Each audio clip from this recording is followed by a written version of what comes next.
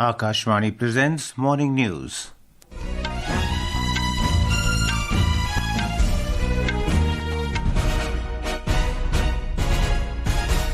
Good morning, I'm Naresh Margo. The headlines. Election Commission establishes direct contact with nearly all electors in Bihar. Over 80% electors submit their enumeration forms. WHO recognizes India's pioneering efforts in integrating artificial intelligence with traditional medicine, particularly Ayush systems. IMD issues orange alert for heavy rainfall in Madhya Pradesh, Rajasthan, Gujarat and Uttarakhand today.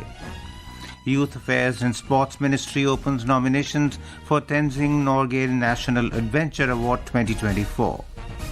Iga Swiatek beats Amanda Anisimova 6-0, 6-0 to win her first Wimbledon title.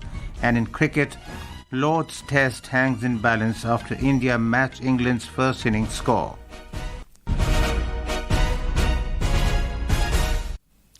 The Election Commission has established direct contact with nearly all electors in Bihar, and over 80% of electors in the state have already submitted their enumeration forms EF. The Commission said it is moving ahead to complete the collection of enumeration forms well before the stipulated date of 25th July. The EC said in a statement that in order to get their names included in the draft electoral rolls to be published on the 1st of August, the electors have to submit their EFs, preferably along with the eligibility documents. More from our correspondent.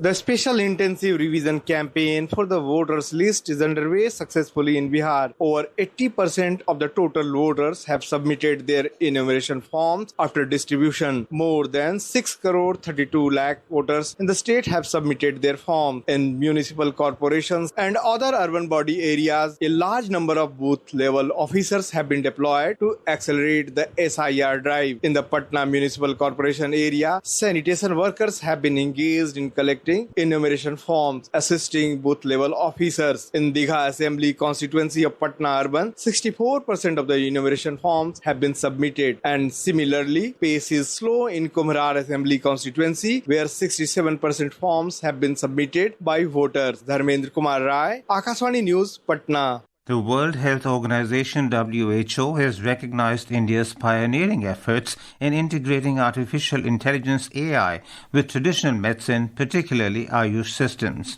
In its first ever technical brief titled Mapping the Application of Artificial Intelligence in Traditional Medicine, the WHO document highlights India's achievements in applying AI to Ayurveda, Siddha, Unani, Sowa Rigpa and homeopathy. More from our correspondent. AI-driven diagnostic systems combining traditional methods like pulse reading and Prakriti assessment with machine learning and deep neural networks are improving accuracy and enabling personalized preventive care. The Ayur Genomics Initiative, a fusion of Ayurvedic principles and genomics, uses AI to identify disease markers and tailor health recommendations. Additionally, AI is aiding in decoding the genomic and molecular basis of herbal formulations, bridging traditional wisdom with modern science. India's Traditional Knowledge Digital Library, TKDL, was praised as a global model for preserving indigenous medical heritage. AI-powered tools are facilitating the cataloging and semantic analysis of ancient texts, making therapeutic knowledge more accessible. The WHO brief also recognizes India's use of AI in drug action pathway identification, comparative studies across traditional systems, and the development of artificial chemical sensors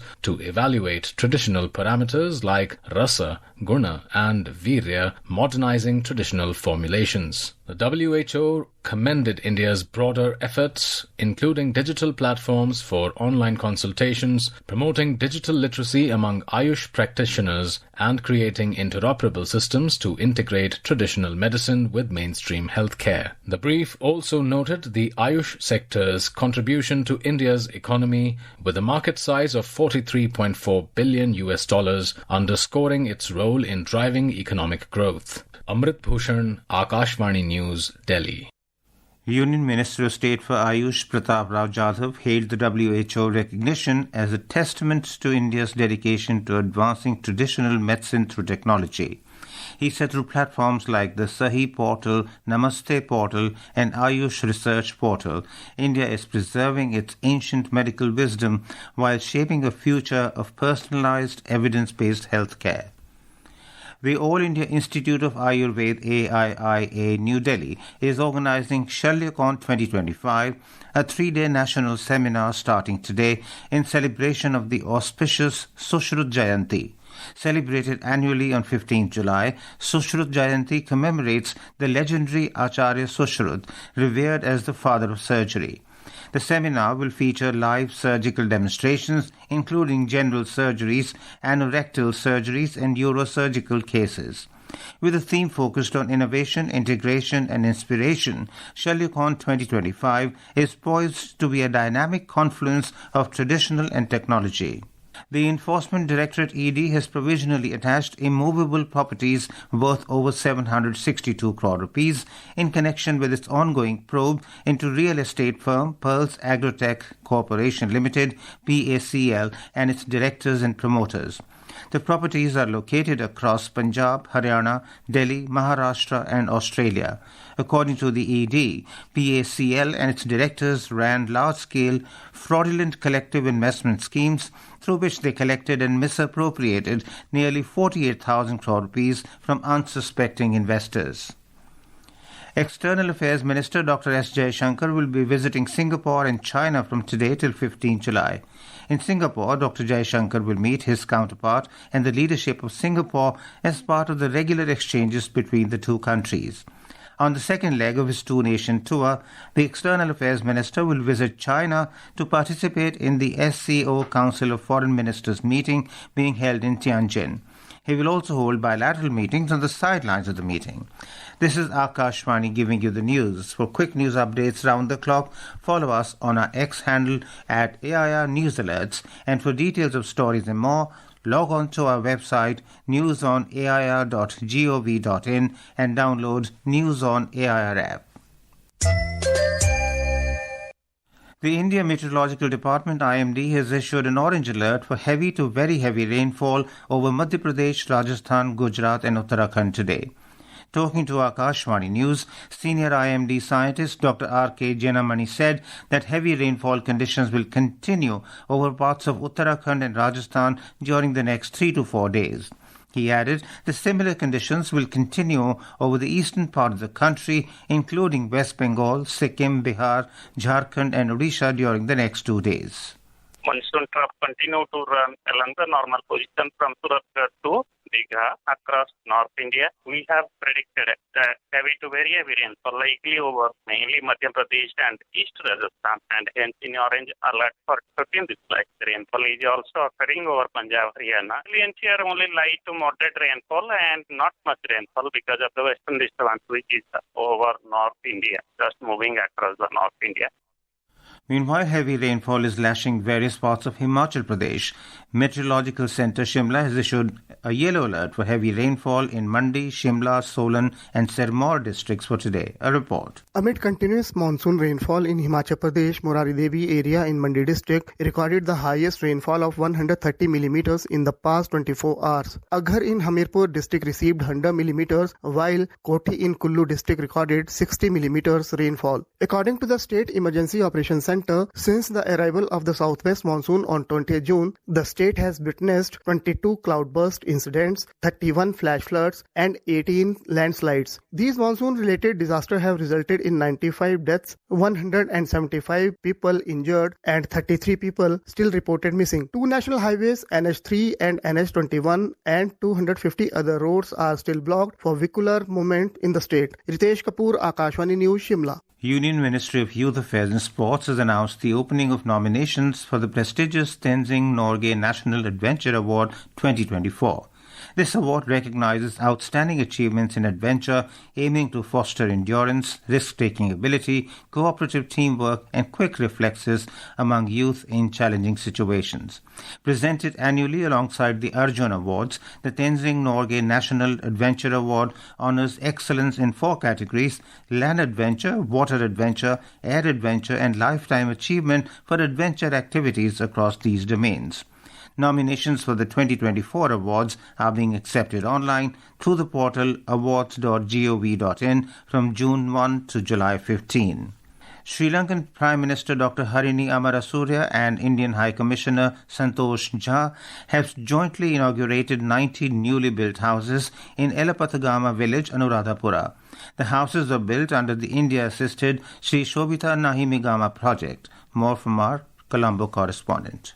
Funded with over 450 million Sri Lankan rupees by the Government of India, the project reflects the continued commitment of India towards Sri Lanka's development efforts. The project directly benefits historically disadvantaged families in the dry zone area of the North Central province. The initiative stands as a symbol of strong India-Sri Lanka relations built on mutual respect, people-centric development and a shared vision for inclusive progress as outlined with the motto of Sabka Saath, Sabka Vikas. Ahmed Moin Faruqi, Akashvani News, Colombo. US President Donald Trump has imposed a 30% tariff on imports from Mexico and the European Union starting August the 1st. The new tariffs were announced in separate letters posted on Truth Social. In his letter to the European Union, Trump said the US trade deficit is a national security threat. The announcement came after weeks of negotiations with key trading allies failed to produce a more comprehensive trade deal. And now more news from the world of sports. In Wimbledon tennis, Iga Swiatek clinched her maiden women's single title after thrashing Amanda Anisimova in a one-sided final at the All England Club. Poland's Swiatek defeated American Amanda 6-0, 6-0 in just 57 minutes to win her sixth Grand Slam title and first at Wimbledon. This win also makes her the first Polish woman to lift the Venus Rosewater dish. Speaking after the win, she thanked her team for the support. I never really expected this one, so I want to thank my team because I feel like they believed in me more than I did, and I want to thank my coach who joined this year, and obviously with ups and downs right now we showed everybody that it's working. Meanwhile, Julian Cash and Lloyd Glasspool made history at Wimbledon 2025 by becoming the first all-British pair to clinch the men's double title since 1936. In a thrilling clash today, world number 1 Yannick Sinner of Italy will be up against second seed and two-time defending champion Carlos Alcaraz of Spain. On to cricket, host England will resume their second innings play against India on day 4 of the third test of the Anderson Tendulkar Trophy at Lord's today. The match will start at 3:30 p.m. IST. England were 2 for no loss at stumps on day 3 yesterday. They now hold a 2-run lead. The 5-match test series is currently level at 1-1. And in football, Chelsea will take on Paris Saint-Germain in the final of the FIFA Club World Cup 2025 in New Jersey, USA tonight. Sayukta Yadav, Akashvani News, Delhi. And now for a look at today's newspapers, it's over to Shagun Chopra. Thank you, Naresh. Greatest capital, PM calls youth and democracy key to India's future. Modi gives 51,000 job letters, lists government achievements of 11 years is a front-page headline in the Asian Age. The interim findings of the AIIB preliminary report into the Air India Flight AI-171 crash figure prominently on the front pages of most dailies. Seconds to disaster, a cockpit exchange that deepens mystery, writes Hindustan Times, while a headline in the Sunday Statesman reads, Pilots Association insists on a fair probe into AI plane crash. Now, a rape inside IIM Calcutta, student arrested, says a headline in Sunday Pioneer. The government will issue 2 commemorative coins to honour 2 icons of Atmanirbharta, Professor M.S. Swaminathan and Make in India, reports The Hindu. Is AI going to be the future of web browsing? Under that headline, the Times of India writes that browsers powered by generative artificial intelligence that can do much more than just load websites are appearing on the horizon. And finally, under the headline Sweat Equity, Corporate India invests in workplace sports, the Economic Times writes that companies are building in-house facilities as they hope sports will be the game changer for bonding, levelling the field between leaders and teams. And with that, it's back to you, Naresh. Thank you, Shagun. And now before we end the bulletin, the headlines once again. Election Commission establishes direct contact with nearly all electors in Bihar. Over 80% electors submit their enumeration forms. WHO recognizes India's pioneering efforts in integrating artificial intelligence with traditional medicine, particularly Ayush systems. IMD issues orange alert for heavy rainfall in Madhya Pradesh, Rajasthan, Gujarat and Uttarakhand today. Youth Affairs and Sports Ministry opens nominations for Tenzing Norgay National Adventure Award 2024. Iga Swiatek beats Amanda Anisimova 6-0, 6-0 to win her first Wimbledon title. And in cricket, Lord's Test hangs in balance after India matched England's first innings score. And with that, we end the morning news. Have a nice day.